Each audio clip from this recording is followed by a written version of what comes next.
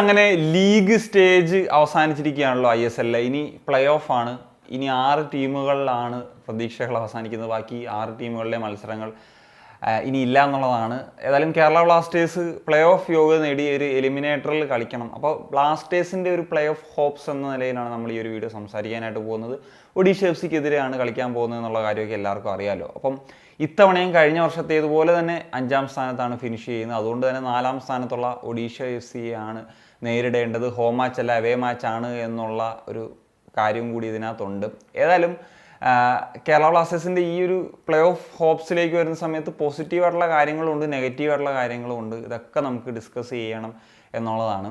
ഇതിൽ ആദ്യം നമുക്ക് നെഗറ്റീവ് സൈഡ് തന്നെ എടുക്കാം. കാരണം എന്ന് വെച്ച് കഴിഞ്ഞാൽ നമുക്കറിയാം, ഫസ്റ്റ് ഫേസ് വളരെ നന്നായിട്ട് കളിച്ച് ആദ്യ ഫേസ് അവസാനിക്കുന്ന സമയത്ത് 1ാം സ്ഥാനത്ത് ഫിനിഷ് ചെയ്ത് നിന്നിരുന്ന ടീമാണ് പിന്നീട് 5ാം സ്ഥാനത്തേക്ക് കൂപ്പ് കുത്തുന്നത് ലീഗ് അവസാനിക്കുന്ന സമയത്ത്. അതായത് ഈ ഒരു ഫെബ്രുവരി, മാർച്ച്, ഏപ്രിൽ മാസങ്ങളിലായിട്ട് കളിച്ച മത്സരങ്ങളിൽ നിന്ന് ഏതാണ്ട് 10 മത്സരങ്ങൾ കളിച്ചതിൽ നിന്ന് ആകെ 2 വിജയം മാത്രമാണ് നേടാൻ സാധിച്ചത്. ഒന്ന് ഗോവയ്ക്കെതിരെ, അതൊരു അൺബിലീവബിൾ ആയിട്ടുള്ള മാച്ചായിരുന്നു. പിന്നീട് നമുക്കറിയാം ആ ഒരു ഏറ്റവും അവസാനം കളിച്ചിട്ടുള്ള മത്സരം ഹൈദരാബാദ് FC-ക്കെതിരെ നടന്ന മത്സരം. അവരുടെ ഒരു ഗതി എന്താണെന്നുള്ളത് അറിയാം. ഒരു 3-1 എന്ന് പറയുന്നൊരു നിലയിൽ അവർക്കെതിരെ വിജയിക്കാൻ സാധിച്ചു എന്നുള്ളതാണ്. സോ നെഗറ്റീവായിട്ടുള്ള ഫാക്ടർ തന്നെയാണ്.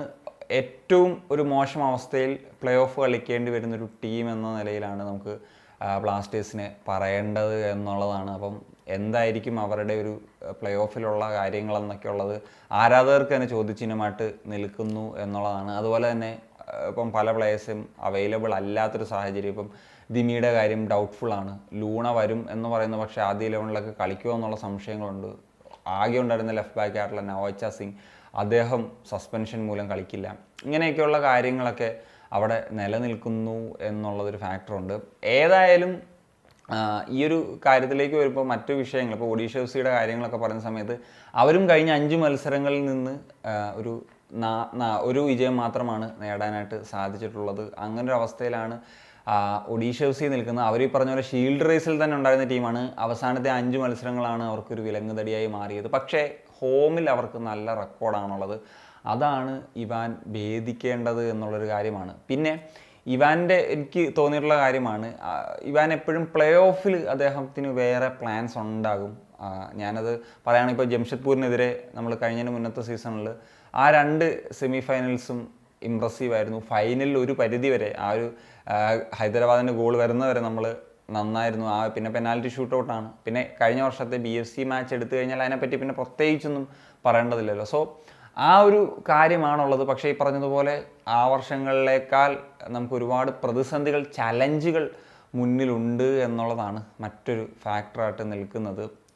സോ കഴിഞ്ഞൊരു മത്സരം വിജയിച്ചു വന്നു, ഹൈദരാബാദിൻ്റെ 3-1 വിജയിച്ചു വന്നു എന്നുള്ള പോസിറ്റീവ് ആണുള്ളെങ്കിൽ ഒഡീഷ അതർ സൈഡ് നോക്കുകയാണെങ്കിൽ നോർത്ത് ഈസ്റ്റിനെതിരെ തോറ്റിരുന്നു.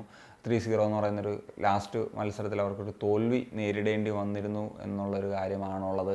എന്താണെങ്കിലും എനിക്കുള്ളൊരു ഗട്ട് ഫീലിംഗ് ഞാൻ പറഞ്ഞു കഴിഞ്ഞാൽ, ഈ ഒരു ഒഡീഷ മാച്ച് നമ്മൾ അതിജീവിച്ച് കഴിഞ്ഞാൽ നമുക്ക് അതിൽ നിന്ന് കിട്ടുന്നൊരു എനർജി ഭയങ്കരമായിരിക്കും എന്നുള്ളതാണ്. പിന്നീട് നമുക്ക് മോഹൻ ബഗാനെയൊക്കെയാണ് നേരിടേണ്ടി വരുന്നതെങ്കിൽ കൂടി നമുക്കിപ്പം ലൂണയാണെങ്കിലും ദിമി ആണെങ്കിലും ഒക്കെ ആ ഒരു മത്സരം എത്തുമ്പോഴത്തേക്കും തിരിച്ചെത്താനുള്ള സാധ്യതയുണ്ട്. ഇപ്പം അടുത്ത മത്സരത്തിൽ ചിലപ്പോൾ അവർ കളിച്ചേക്കാം, പക്ഷേ ഇതേവരെ കൺഫർമേഷൻ വന്നില്ല. കളിക്കുകയാണെങ്കിലും ഞാൻ എക്സ്പെക്ട് ചെയ്യുന്നൊരു സെക്കൻഡ് ഹാഫിൽ അങ്ങനെയൊക്കെയുള്ള ലെവലിലായിരിക്കും.